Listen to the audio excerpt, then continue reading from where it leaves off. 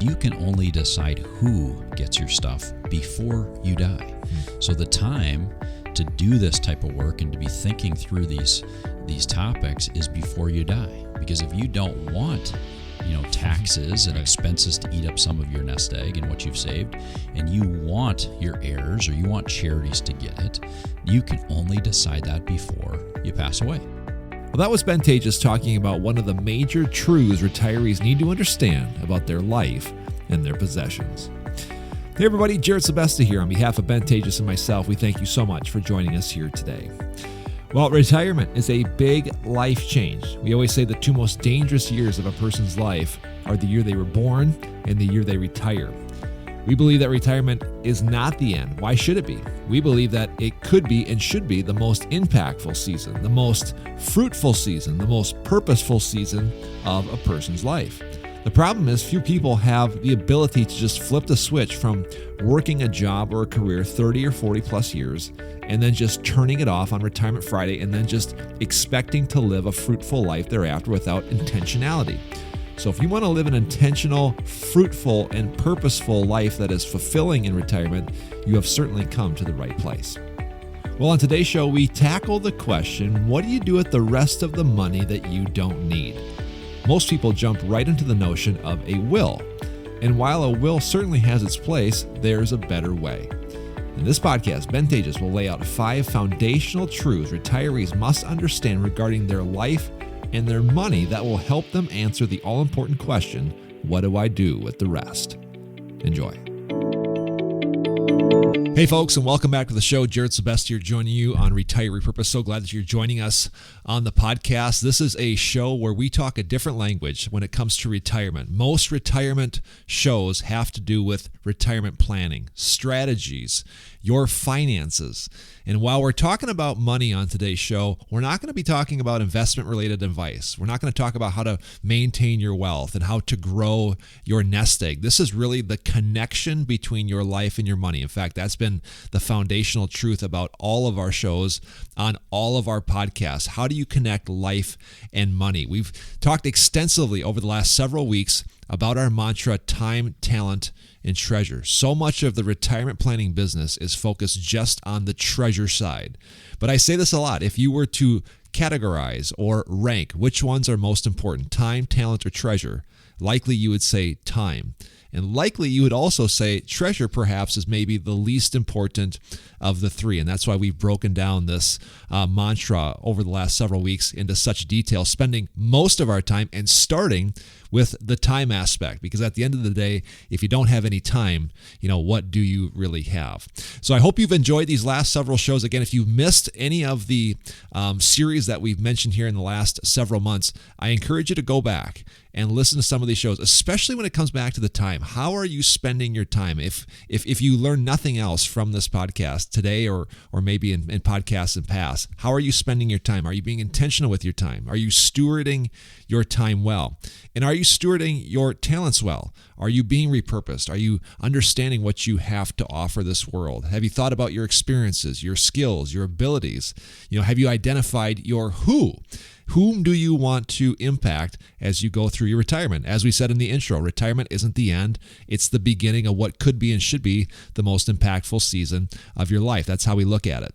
And then we do have to talk about the treasure piece. This is an important piece of the puzzle. And as retirement planners, we believe that we should be helping retirees steward not only their time and their talent, but also their treasure. How do you do that in a biblical way? How do you do that in such a way that brings the most impact and honors your creator at its highest regard? So we've been talking about that the last several shows. Last week, we talked about the problem with the moving goalposts. Ben Taatjes joins me on the show now. And Ben, you've been in business for 20 years and helped literally thousands of people through this process.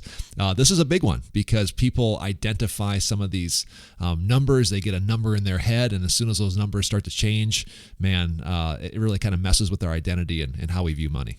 Yeah, especially at retirement, Jared, right? So we get used to kind of a certain way of life. We get used to kind of how things are going, and that's a big life change. So when we have life changes, we start looking in the mirror really hard. And I think for some people, the financial side of seeing those numbers on a page becomes more of what they relate their own self-worth with, right? Their self-worth should never be your net worth. And it just gets easier. And I see it more commonly when somebody's in retirement because they have less of their day job, their purpose-filled activity to focus on, and sometimes they get focused on the wrong thing. It's kind of like the perfect storm. You've taken their job away, and I don't mean they've taken you've been able to now set aside your life where you don't have to spend 40 hours a week working. And as we said before, whether you like that job or not, it gave you an outlet and a platform to add value. Now that's gone.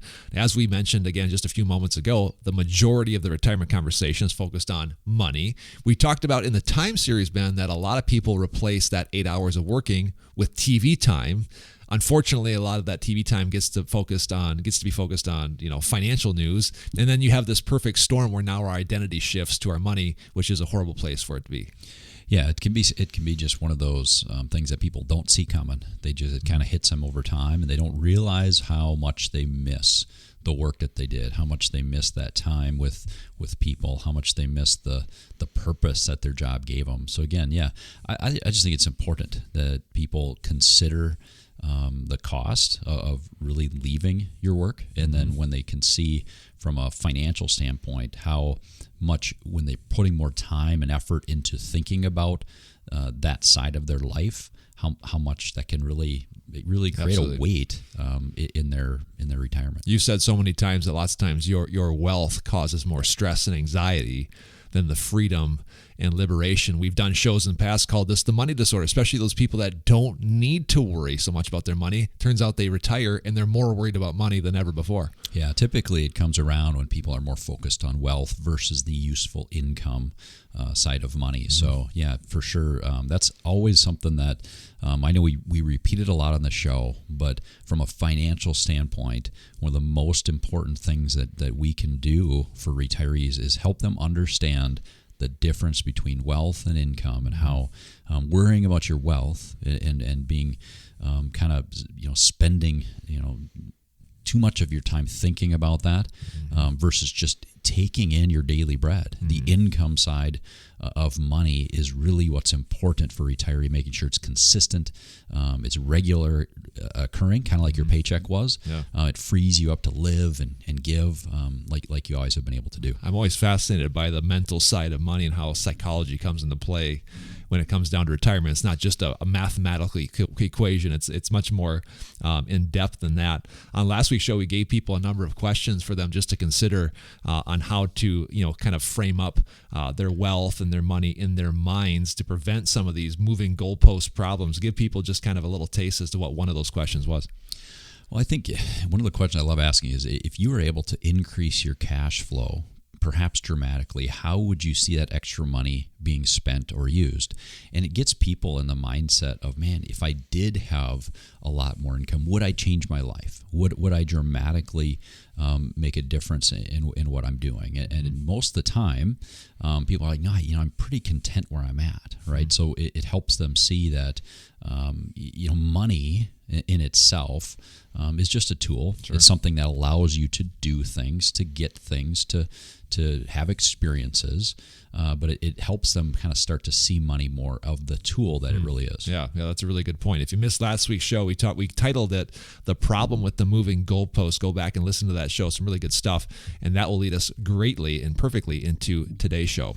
So on today's episode, we're going to talk about 5 fundamental truths about your death and your stuff. Again, we are now kind of pretty much answering the question, really, what do you do with the rest? Ben, we've kind of walked through 3 basic questions. What do you do with the rest is the third of 3. Give people a little background or a little taste as to kind of what those 3 main questions are. Yeah, I think we can boil down most of our work, big picture, with clients, is that these 3 questions. It's overall, what are you stewarding, right? So what's the total amount of assets and things, I guess, that you are in control of while you're living on this earth? The second one is kind of comes after this contentment, but also this income of how much is enough. Like looking at those assets to decide what can I do with them to create income that I can use while I'm living. And then for the third one, which we're starting the series off today, is really what do you do with the rest? And most people that we work with, once we have a full picture of what they have and we've translated that into some kind of a regular income source for them, there's something left over. There's usually, they're not going to, cash their last paycheck, right? Or their last penny. They're not going to run out of money on the day they die. There's usually something left over, sometimes meaningful amounts that they will have left over at some point. So we're really trying to answer, what do you do with that? Yeah. And we're going to spend today's show and probably a couple of shows here in the future just dissecting this particular question. I got to ask, because I think people are probably immediately going right to a will, like, well, I mean, what do I do with the rest? I just get a will, and then when I die, all my stuff is divvied up. Again, without going into the minutia and the tactics of this, I don't want to say it's a more complex answer than that, but I think there's more depth to that answer than just, I have a will, and when I die, it's going to get divvied out. Yeah, that would be a very old school way of thinking about really transferring your wealth. What I would be thinking of is, a will that begins at death. Like that, the money is given when you die based on what that will says. What I would want to do is begin something now. Right, a wealth transfer plan, and that's really what we'll be talking about is a wealth transfer plan. That begins now. It's more, I feel more honoring God versus just saying, I'm going to keep everything until I die, and then it all goes to wherever my will says. We're going to start that now. We're going to begin thinking about the ultimate benefactors, whether it be charity or children. We're going to be thinking about how we can really not just hold on and retain the control of these assets, but to transfer that ownership sooner. Preparing the next steward. And really that's what a full wealth transfer plan is about. Yeah. One of the things that you've said in the past, and it's kind of a controversial statement, but you mentioned on the air, dead people can't give money away. Do you stand by that statement? I do. I think sometimes we develop a plan, and it's okay to have something left over, but you don't need it anymore. If you're gone, a real gift, I think, or the best kind of gift is something that you actually have some sacrifice for, where you give something away, whether it be to your kids or charity, and it's something that you could use. If you're gone, if you're dead, you don't need it anymore. Right. So therefore, part of the gift, the enjoyment of it, and I think really the sacrifice of the gift can't happen at death. Yeah. So I think when we say, we're just going to hold on to everything and then someday die, and then it all goes to a charity or it all goes to my kids, I think you're missing the joy of giving. Yeah. You're missing the sacrifice of it.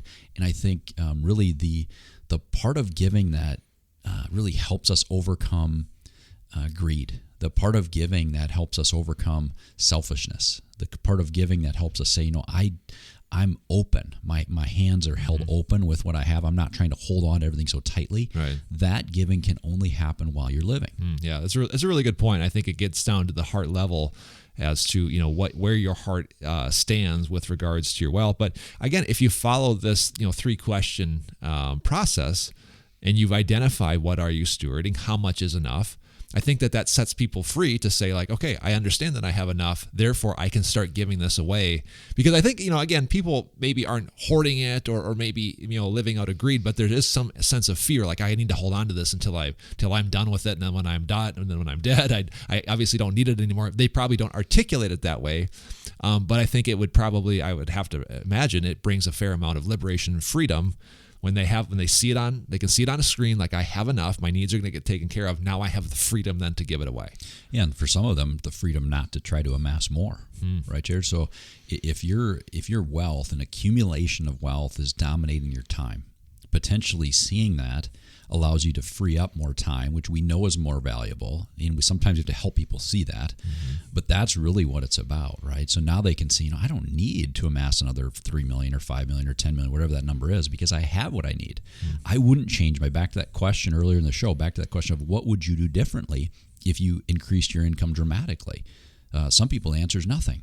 So therefore, why put in so much time, so much mental real estate in order to get that, when you end up knowing that in the end it won't matter, and you will end up passing it on to charity or kids? Yeah, that's a really good point. I think that's why this particular topic is so important. So today's show, again, we're calling this 5 Foundational Truths about the reality of your life and the things that you will pass on. We have 5 kind of, I don't want to say questions, but statements that we need to be able to really understand, and I think people at home need to just kind of grasp and come to grips with. And I think it will help put this kind of more into perspective when it comes to passing your stuff to the next generation or to charities. Ben, what is truth number 1? Well, this is I'll drop a bomb on you, Jared. You will die. Okay. We will die. That's truth number 1, right? I think too many times we kind of forget, especially if we're younger, but the reality of life is finite. You will at someday die. Yeah. So I mean, we just have to kind of lay that groundwork. I mean, obviously we know that. Do people? I mean, you've had conversations probably with people, I'm sure, where you start kind of talking about longevity, and maybe you have somebody who's 7 years old, and you've got to sit there and say, like, well, how long do you think that you're going to live? Like, what's your family history? Does cancer run in your family? What about heart disease? I mean, those are conversations you've had. How do people react when you start talking about the finality of life? Well, I think we have to talk about it more. I mean, the reality of it is, you have some of those conversations when somebody is facing an impending health crisis, right? And they know that they're seeing it, that their life expectancy is shortened. But I've had conversations with people that are very healthy, but yet and they understand. One of my clients several weeks back came in. He's like, I kind of came to this realization. I'm 84, and most of everybody in my family, the men in our family, we just all seem to die at about 87. I'm like, that's 3 years left. And I asked him, how do you deal with that? He says, well, hopefully the same way you do, Ben. He said, because you may have only 3 years. Sure. You may at 45 have even less. It might be tomorrow. So I think, but having that realization that we don't know, how much time we have left, and that life is finite. We only have so much time left is very important to start the conversation. Realizing, yes, you will die. That's interesting. The second truth is kind of tied to the first one, right? Yeah. The second one is you can take nothing with you. I mean, when it all comes down to it, when you pass away someday, you will not have anything. No financial thing will come with you. Right away it comes, several memes come to mind of, like, the old guy dying, or the cartoon, where they've got, the trailer of his fishing stuff or something following him to the cemetery. It's not laughable, but in a way we kind of live like that. We live as if we're going to take a lot of this stuff with us. You would use the fishing example. This weekend was fishing opener, and I've got all my boat was getting ready and all the electronics and everything, but that one hits home, right? But the reality is that stuff doesn't do me any good, when I'm gone, right? So you can take nothing with you. Yeah. People just live like this almost like they do. Why is that? I mean, I'm not trying to put you on the spot here and have some very deep, philosophical, conversation or deep, thought on this thing. But why do we feel that way? Why do we, frame our stuff up like it's ours? Do you have any thought on that? Well, for somebody who deals and struggles with that, Jared, and trying to amass more and get more, I think some of it comes down to identity to some extent. Yeah. But I think, more importantly than that, we're selfish. We're created to want more, even when we don't need it. There's so much in Scripture about trying to store up treasures here on earth that we know we probably won't need, and that we know, right, moth and rust will destroy. I mean, that's biblical wisdom. Yeah. But yet we continue to do it instead of looking at the lasting things. But the reality of it is, whatever we've amassed here on earth, right, after we die, we can't take it with us. Yeah. That's it. We won't be taking it to the grave. What's question number 3? Well, I think the third principle here is I will probably die at a time I did not anticipate. Now that, there are times when people are like, yep, I have these specific medical concerns. That means I've got, 3 months, 3 years to live, whatever. But for most people, we don't get to choose that time. And I think it's just a wake up for people to hear that be ready, because you don't know when that time's coming. Yeah. So you can prepare now, knowing that you will probably die at a time that you weren't fully ready for and that you didn't anticipate. Yeah. Again, I'm guessing that you've had many conversations about this I'm always curious, like, how do people react when you throw that to somebody across the desk who came in to talk about their financial statements, and you start dropping these bombs on people, saying things like, you're probably going to die at a time that you don't expect it. How does that land for people? Well, I think you start to realize and think through the truth behind it, Jared. And I'm not trying to, tell them anything they don't know when we make a statement like that. But they start to think of, well, what if I'm not prepared? What if I haven't taken the time really to prepare? Who's going to get the stuff next, right? They start to think, okay, is my family, do they have the documents in place? Do we know who to turn to in that season when Sure. The unexpected comes up. So it's not a scare tactic. The truth is, we're just trying to make sure you understand we can't choose the day or the hour. We don't know when our time is up.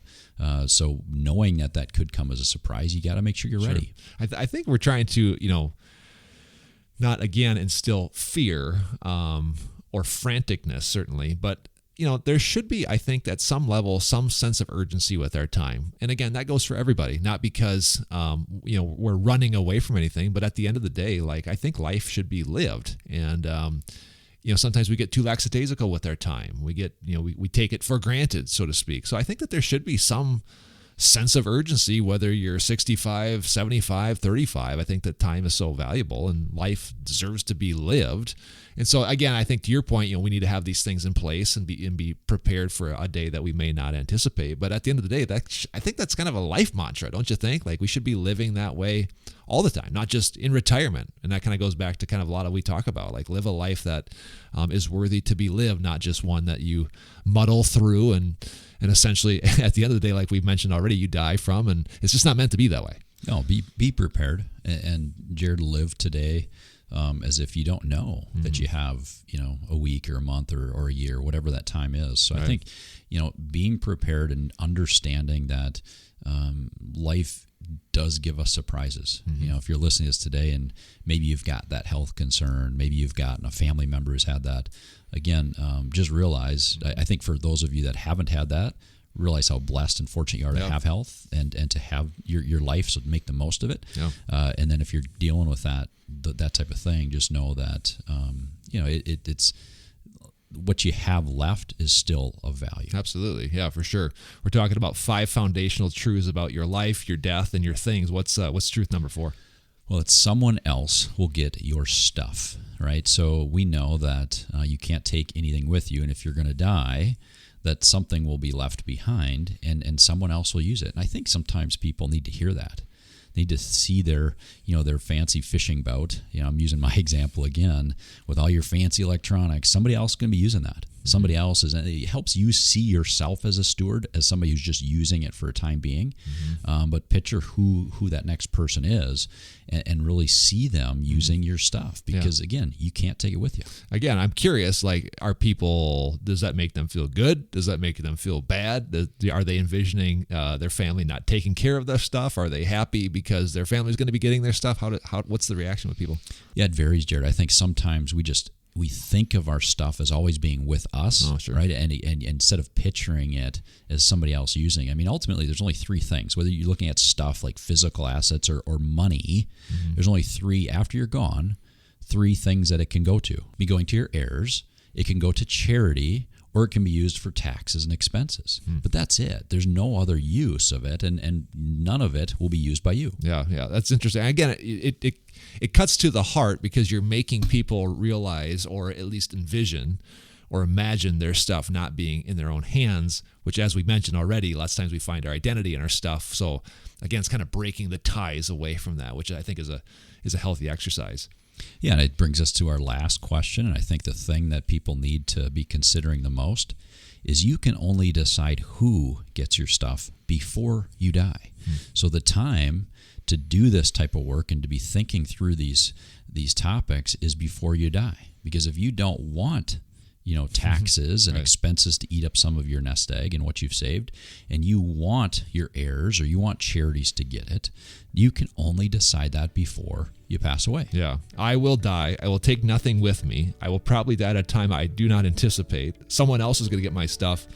And the last one is I can only decide who gets my stuff before I die. This will lead us into a really good conversation next week. I think we're going to dive probably deeper into this idea of wealth transfer plans, give people a little taste as to the things we're going to talk about next week and in the future.